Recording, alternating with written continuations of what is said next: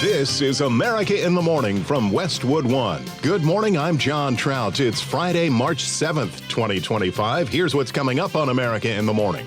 President Donald Trump signed 2 executive orders Thursday, suspending tariffs on all imports from Canada and Mexico for a month. Donna Warder, Washington. The House has voted to censure Texas Democrat Al Green for disrupting President Trump's address to Congress. Sagar Meghani, Washington. The clock is ticking on the Trump administration to pay $2 billion in USAID funds by Monday. We'll have more on that story. On Wall Street, a lot of confusion about tariffs. Stocks are coming off yet another ugly sell-off. I'm Jessica Ettinger. Chilling text messages released in the case of the murdered University of Idaho students and the case of the Oregon family missing since 1958 may have been solved. All ahead on America in the Morning.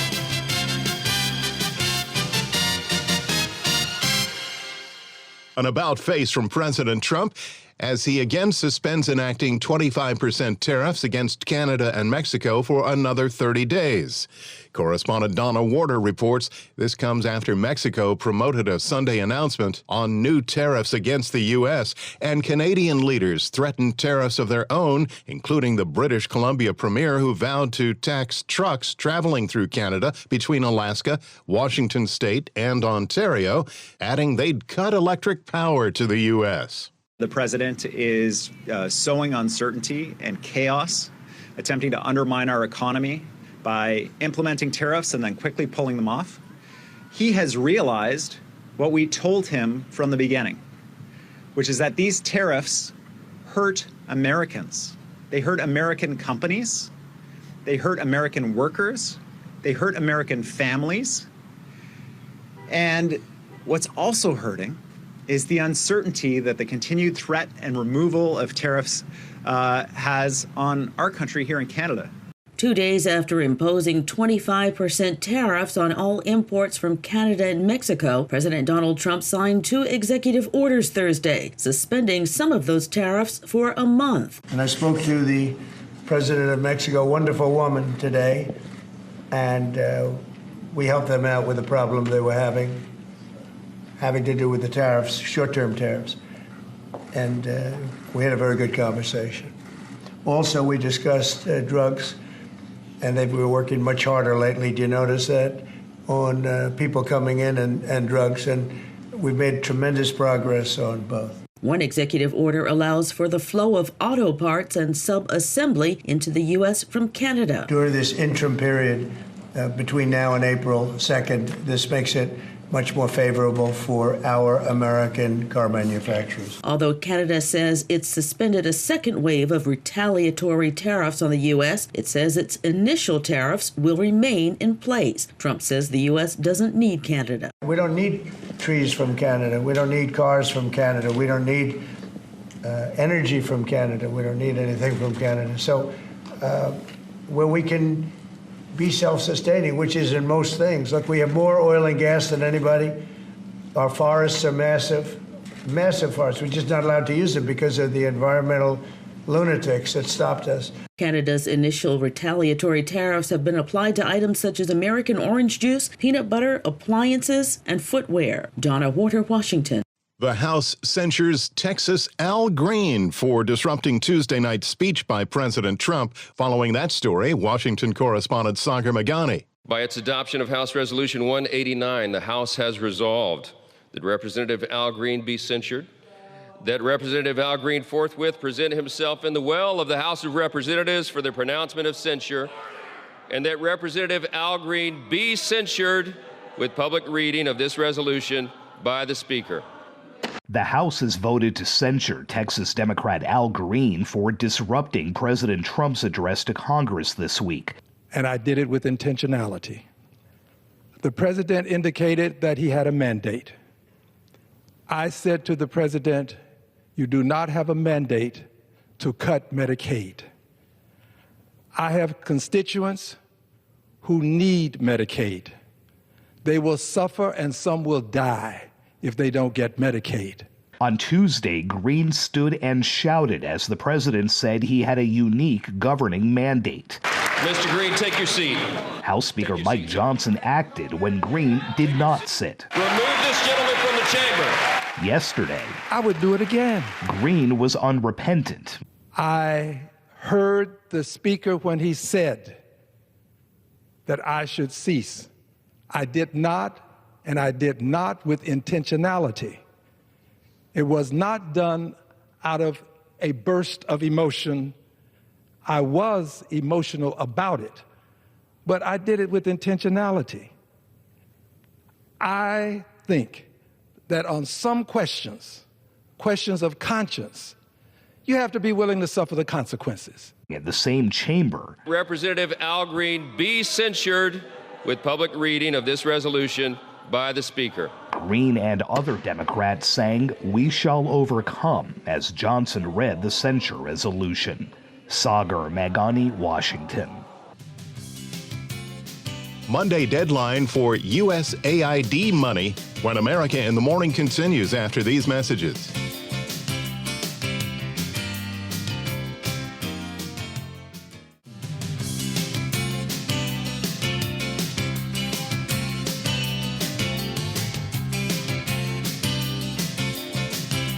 This is America in the Morning. Tonight, there is snow in store for portions of the Midwest and Great Lakes. Here's AccuWeather.com meteorologist LaTroy Thornton. A disturbance passing eastward right through the center of the nation today will carry some precipitation on its northern side, producing a narrow band of snow with rain on its southern end from the central plains and northern parts of the Midwest into the northern and western halves of Ohio. The snowy side of the storm is expected to bring a general coating to an inch or so of snow through tonight, with a mainly west to east track of the precipitation potentially leading to an extended period of reduced visibility for any areas that do get under some long-duration snow, even as fairly mild recent conditions limit those accumulations.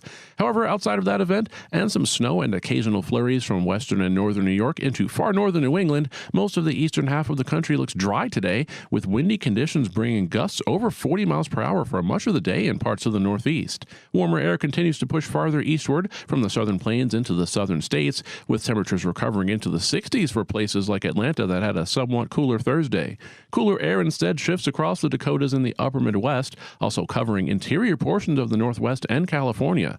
The interior west is where the most active weather will be today, with the storm becoming better organized over Arizona through the day that should be able to produce a zone of up to 6 to 12 inches of snow to the north of I-40 in Arizona, and at least 3 to 6 inches of snow extending to the southeast into south central New Mexico.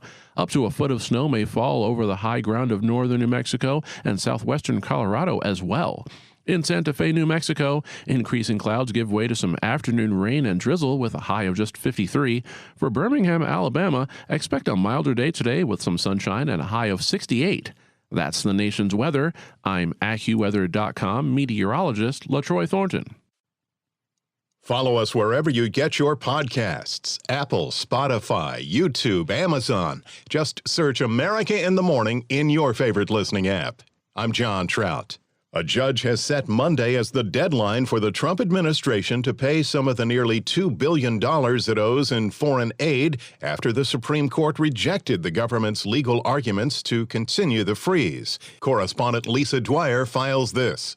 A federal judge has given the Trump administration until Monday to pay nearly $2 billion owed to the partners of the U.S. Agency for International Development and the State Department. The order is in an ongoing case, with more decisions coming on the administration's fast-moving termination of 90% of that agency's contracts worldwide. U.S. District Judge Amir Ali ruled in favor of nonprofit groups and businesses that sued over the funding freeze. The judge has suggested skepticism of the Trump administration's argument that presidents have wide authority to override congressional decisions on spending when it comes to foreign policy.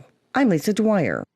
Republicans in Washington are looking toward a stopgap measure to keep the government open. Correspondent Clayton Neville reports. President Trump's agenda is meeting some pushback on Capitol Hill as a proposed budget bill struggles to get the necessary support. So Republican leadership turning to a stopgap measure to keep the government open and funded through September. Speaker Mike Johnson recently with NBC's Meet the Press. We could be the most consequential Congress of the modern era because we have to fix everything. I mean, everything's a mess. So it's not just one switch that you flip back on. It's a number of them, and we have to make it all work together, and we will. This week, leadership looking to shore up support with less than 10 days to stop a government shutdown. The measure has the backing of President Trump, who said conservatives will love the bill. He called it very important. A narrow GOP majority in the House and opposition to temporary funding measures by a group of Republican conservatives has forced the GOP to rely on Democrats to keep the government funded in recent years. Johnson told reporters he hopes to release the text of a continuing resolution by the end of the week. I'm Clayton Neville. When we return on America in the Morning, tariff threats impact the stock market. We're back after these messages.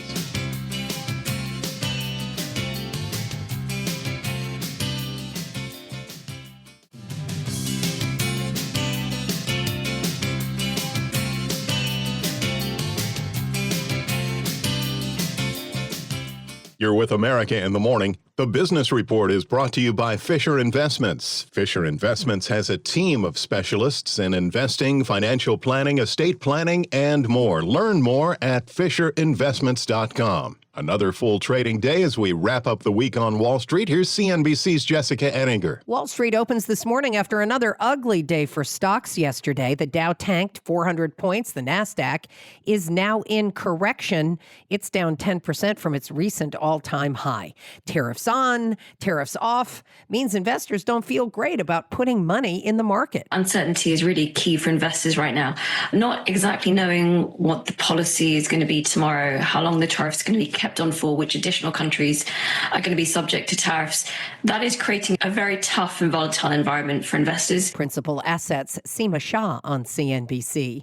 And after a lot of tough talk on tariffs by President Trump, the markets were tanking. By yesterday afternoon, the White House backed off a little, but it didn't help stocks at the close. He has now officially signed an executive action that amends those tariffs on Canada and Mexico until April 2nd, just until those reciprocal tariffs start to take effect. All goods that are compliant with the USMCA can now trade without facing those new 25% tariffs. Only about 50% of Mexican imports and about 38% of Canadian imports are compliant with USMCA.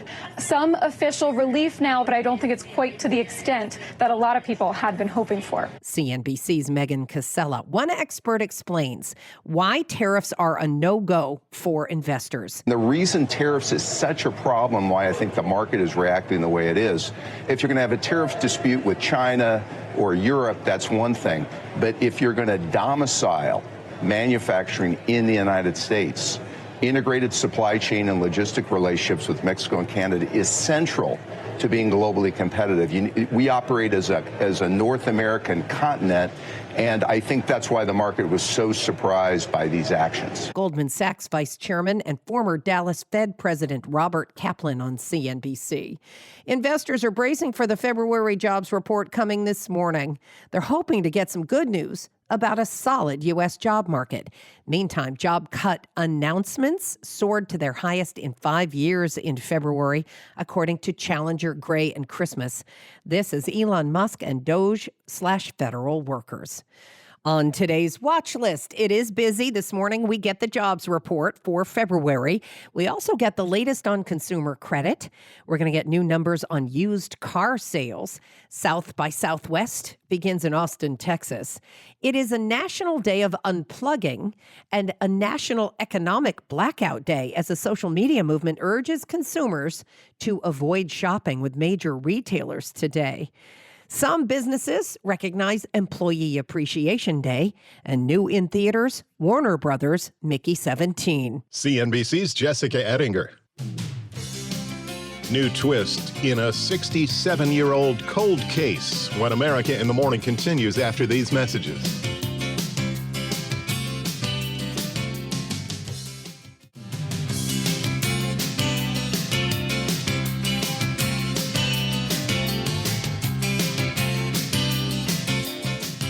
This is America in the Morning. Text messages between two surviving roommates from the home in Moscow, Idaho, where 4 University of Idaho students were killed in a home invasion stabbing attack, have been revealed to the public. The roommates, identified in court documents only as DM and BF, appear to have been awake and discussing the possibility of a masked trespasser. While the chilling exchanges don't explain the whole story, they offer a first glimpse at what was being said in the home where the students were killed. The filings in the case against suspect Brian Kohberger also shed new light on the timeline of events that transpired on November 13th, 2022. Kohberger was arrested as a suspect in the 4 stabbing deaths after a 6-week manhunt. His trial is set to begin in August.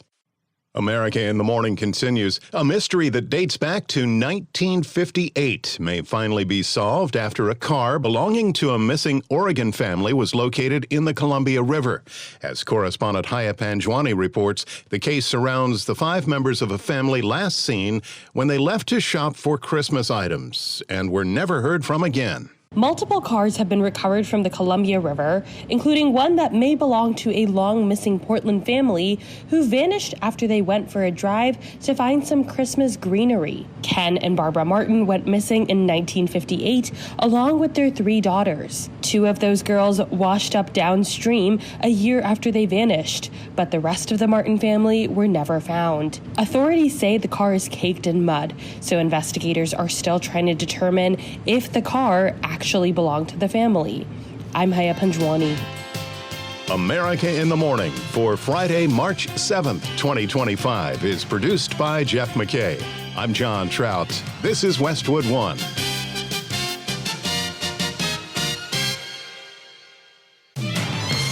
This is America in the Morning from Westwood One. I'm John Trout. Coming up this half hour.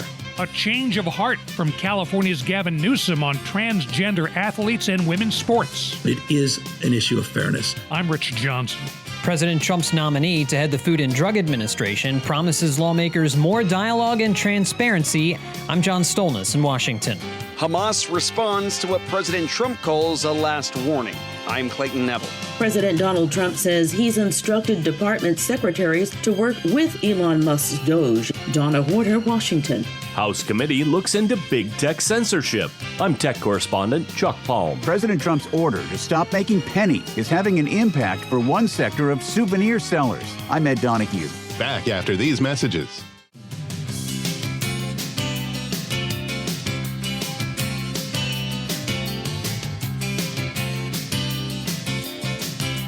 A couple areas of the nation are expecting snowfall through the weekend. Here's the Friday forecast on America in the Morning with AccuWeather.com meteorologist LaTroy Thornton. A storm that has been bringing precipitation to parts of the West Coast and the Southwest since midweek will continue to progress through the region today, bringing accumulating snow a bit farther to the south into mainly northern New Mexico and northern and central parts of Arizona, with still some snow for southern Colorado to the west of the I-25 corridor. As the storm picks up a bit of intensity over Arizona in particular today, cities like Flagstaff are likely to pick up an additional 4 to 8 inches of snow through this evening. Into Saturday, at least an inch or 2 of snow can also be expected in cities such as Albuquerque and even Amarillo as the storm continues eastward, with 3 to 6 inches of snow most likely from north-central New Mexico to southwestern Colorado. The wetter side of the storm also carries some significant impacts, bringing beneficial precipitation to Phoenix and Tucson, Arizona, among other cities in the region that have not had a rainfall event such as this since at least last summer. There may even be some thunder in southeastern Arizona and toward the Mexican border, resulting in even heavier downpours within any of those thunderstorms. Otherwise, generally lighter showers of rain and snow extend northward through mainly eastern Utah and into southern Wyoming. The major precipitation for today over the eastern half or so of the nation looks to be a relatively narrow band of snow, eventually reaching from northern Nebraska nearly due east through Chicago, where a coating to an inch or 2 of snow may accumulate, especially on unpaved surfaces. To the south of these zones, rain should at least mix in with some snow from southern Nebraska toward the Ohio-Pennsylvania border by day's end, with at least a stray shower as far south as within a zone from northern Kansas to the Cincinnati area. There can also be snow and some flurries from near Buffalo, New York through far northern New England, with the rest of the region looking dry. I'm AccuWeather.com meteorologist LaTroy Thornton. Remember, you can follow us wherever you get your podcasts. YouTube, Amazon, Spotify, Apple. Just search America in the Morning in your favorite listening app. I'm John Trout. California Governor Gavin Newsom is feeling the heat from fellow Democrats and skepticism from Republicans over his statement that it's unfair for transgender athletes to compete in women's sports. More from correspondent Rich Johnson. On the first episode of his new podcast, the governor and likely 2028 Democratic presidential candidate hosted Charlie Kirk, president of the very conservative group Turning Point USA. And it was Kirk who raised the transgender issue. Would you say no men in female sports? Well, I think it's an issue of fairness. I completely agree with you on that. Newsom reminded Kirk that his record on the overall issue of LGBTQ rights is long and solid. And I've been a leader in the LGBTQ space, as you know, back in 2004, was marrying same-sex couples, and I know we have different opinion on marriage equality. And so I've been at this for years and years. I take a back seat to no one. But on women's sports, he repeatedly returned to the idea of fairness. And I don't want to walk away from this principle because it's electoral, but it is an issue of fairness. Reaction to Newsom's comments, swift and harsh. We're deeply disappointed by the governor's comments. Transgender youth, like all youth, deserve dignity, respect, and the opportunity to participate in sports without fear of discrimination. That is Jorge Reyes Salinas of the group Equality California, in comments courtesy of KTLA TV in Los Angeles.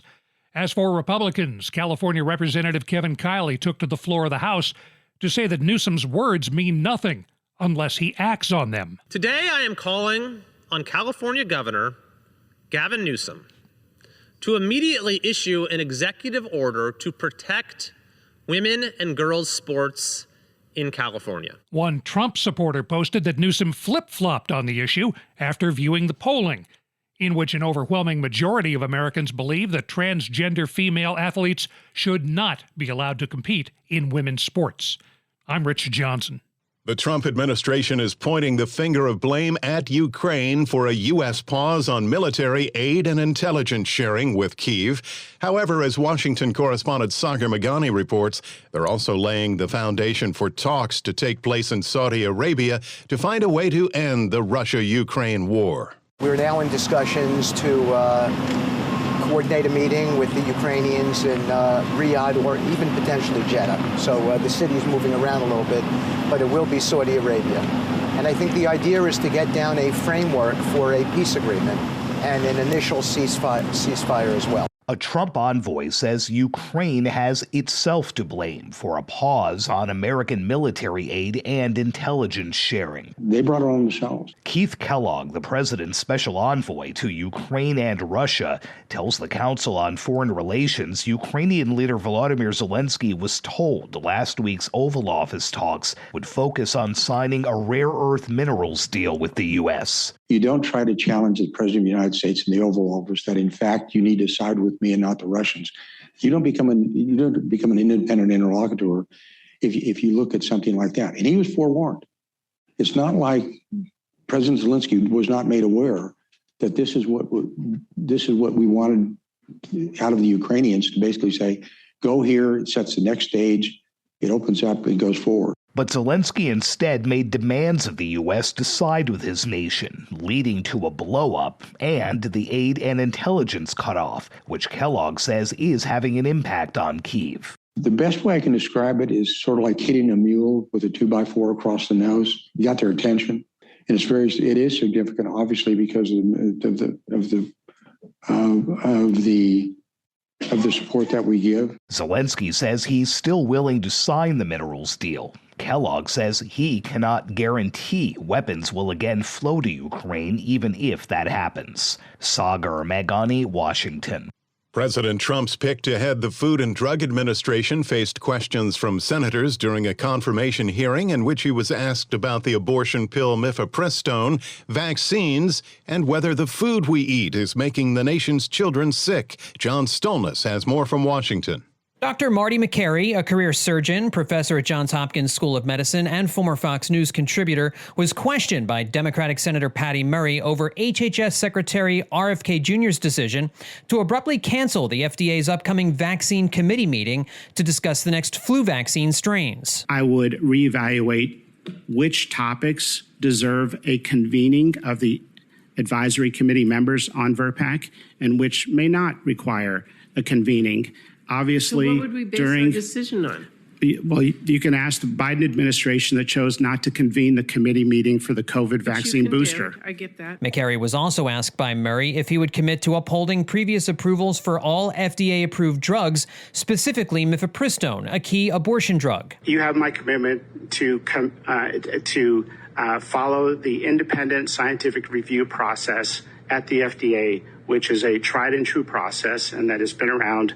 And so that is my commitment to you, Senator. Meghani said the FDA will closely study the effect of certain chemicals pervasive in our nation's food supply that he says are making kids sick. These chemicals are creating an inflammatory response in the gastrointestinal tract. And with an altered microbiome lining that GI tract, kids feel sick. He also noted the lack of trust in the medical community since COVID-19. 71% of the public trusted us in 2019. Now it's down to 40%. That's a 31-point drop in my profession. That is a major problem. If we have the cure for pancreatic cancer, but only 40% of the public is going to come in and take it because the rest doesn't trust us, then that medication is only 40% effective. John Stolnis, Washington.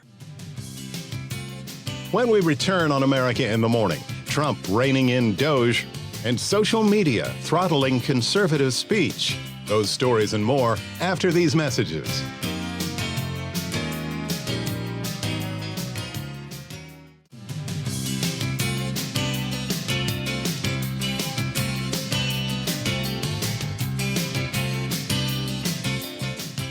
America in the Morning continues. I'm John Trout. Hamas is seemingly brushing off President Trump's demands as the commander-in-chief calls for peace in the Middle East and the return of Hamas-held hostages. Correspondent Clayton Neville reports. This week, President Trump issued what he called a last warning to Hamas to release the remaining hostages and bodies that the Palestinian militant group is still holding in its ongoing war with Israel. In a social media post, President Trump said, "Release all of the hostages now, not later, and immediately return all the dead bodies of the people you murdered, or it's over for you," said Trump. Hamas responding with a statement saying the best path to free the remaining Israeli hostages is through negotiations. Now, those negotiations were slated to start last month, but have yet to take full shape. Hamas is believed to still have 24 living hostages in the October 7th attack on Israel, including American Israeli Eden Alexander. Eden Alexander is an American, and he's injured. And so he's a top priority for us. Special Envoy to the Middle East, Steve Witkoff. I have not met with Hamas, but my understanding is that any discussions with Hamas have been recent. Not 3 weeks has been reported, but a couple of days, and that's well within the ambit of the Special Envoy. In fact, that's his job. His job is to get these people home. No indication a deal will happen, and the president sending a stern message. I'm Clayton Neville. The president says he doesn't want to see a lot of good people cut from the federal government as he appears to be placing some limits on Doge. Correspondent Donna Warder reports. And I have created the brand new Department of Government Efficiency. Doge. Perhaps you've heard of it. Perhaps. Which is headed by Elon Musk, who is in the gallery tonight. President Donald Trump says he's instructed department secretaries to work with Elon Musk's Doge in his cost-cutting efforts, but to be very precise about which federal employees will stay or go. We want them to keep the good people, and so we're going to be watching them, and Elon and the group are going to be watching them, and if they can cut, it's better. And if they don't cut, then Elon will do the cutting. Trump says in a social media post that job cuts should be made with a scalpel rather than the hatchet. Musk told Republican lawmakers in private talks this week that he's not to blame for the firings of thousands of federal workers, but that those decisions are left to the various federal agencies. Now, I don't want to see a big cut where a lot of good people are cut. I want the cabinet members to keep the good people, and the people that aren't doing a good job, that are unreliable, don't show up to work, etc., those people can be cut. Republicans have been publicly supporting Musk's work at the Department of Government Efficiency, but they're privately raising questions. Donna Warder, Washington. Update to a story: the cockpit voice recorder was not working on a medical transport plane that killed 7 people when it plummeted into a Philadelphia neighborhood in January. The National Transportation Safety Board said in a preliminary report that it's likely the device, which records sounds and voices in the plane's cockpit, had not been functioning for several years. The NTSB confirms the pilots made no distress calls to air traffic control before the Learjet fell from the skies. The plane's flight data recorder is still being analyzed. Shifting gears now, a federal judge ruled that a labor board member was wrongfully fired by President Trump. Correspondent Mike Hempin reports on a case with Supreme Court implications. National Labor Relations Board member Gwen Wilcox sued the president after he fired her on January 27th. U.S. District Judge Beryl Howell ruled that Trump does not have the authority to remove Wilcox. Wilcox's attorneys say no president previously tried to remove an NLRB member. Government attorneys argue NLRB members should be removable at will to ensure democratic accountability. During a hearing Wednesday, Howell jokingly referred to herself as a speed bump for the case on its way to the Supreme Court. Wilcox is the first black woman to serve on the 5-member board in its 90-year history. Mike Hempin, Washington. A House committee on Capitol Hill is looking into how social media may have censored speech about President Trump and conservative issues. Here's Chuck Palm with that in today's Tech News. A U.S. House Judiciary Committee subpoenaed the Alphabet Corporation, parent to Google and YouTube, on Thursday and seeking comments about former President Biden's administration on their content moderation policies. According to Reuters, committee chairman Republican Jim Jordan also asked Alphabet for similar communications with companies and groups outside the government, according to the subpoena. Specifically, the communication was about any limits or bans on content that was about Elon Musk, Tesla, President Trump, COVID-19, and a host of other conservative-related content. The Trump administration has taken aim at big tech companies over the policies that have allegedly led to suppression of their viewpoints online. Federal Trade Commission Andrew Ferguson also said companies that coordinated their policies with others or misled users about their own policies may have violated the law. Meta also reported last year the Biden administration asked them to censor content and ultimately dialed back their content moderation. I'm Chuck Palm.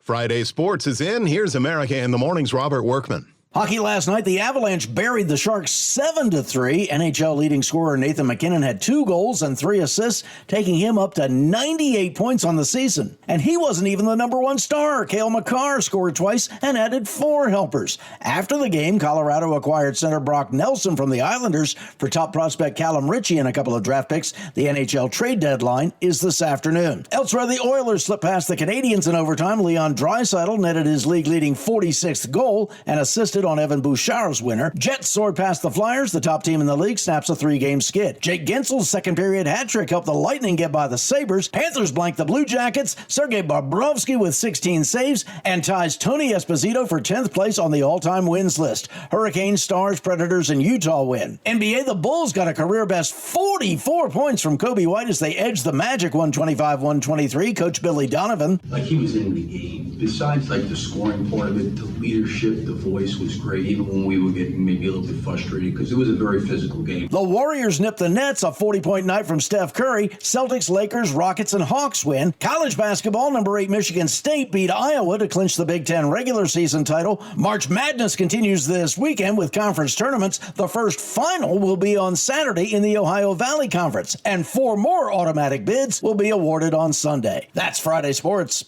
Thank you, Robert. Continued manufacturing of the U.S. penny. One person offers their 2 cents when America in the Morning continues after these messages.